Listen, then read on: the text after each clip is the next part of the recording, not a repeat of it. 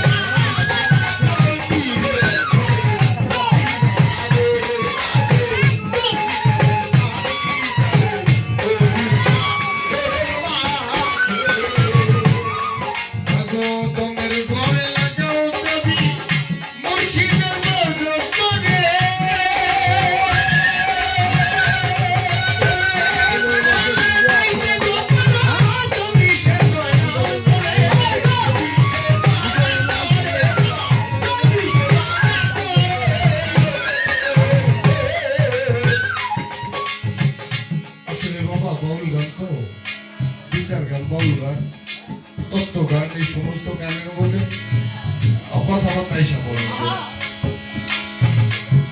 তবের ঘরে লাগাও চাবি, মুর্শিদের মর্যাদ ধরে, তাহলে পাইতে পারো যদি সে দয়া করে। এখন নাক দিয়ে আসে যায় একটা শ্বাস আর একটা প্রশ্বাস, এটাই দম না, এর মধ্যে দম নিহিত। শ্বাস এবং প্রশ্বাস এই দুইটা দম না, এই শ্বাস প্রশ্বাসের সাথে দম নিহিত, দম ভিতরে যায় আসে।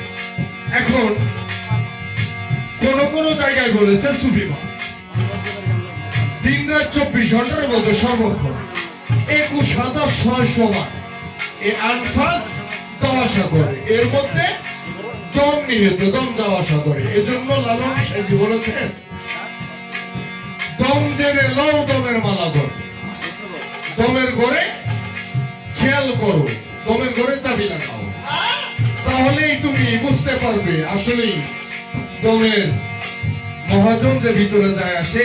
তাহলে হয়তো আগো দমের ঘরে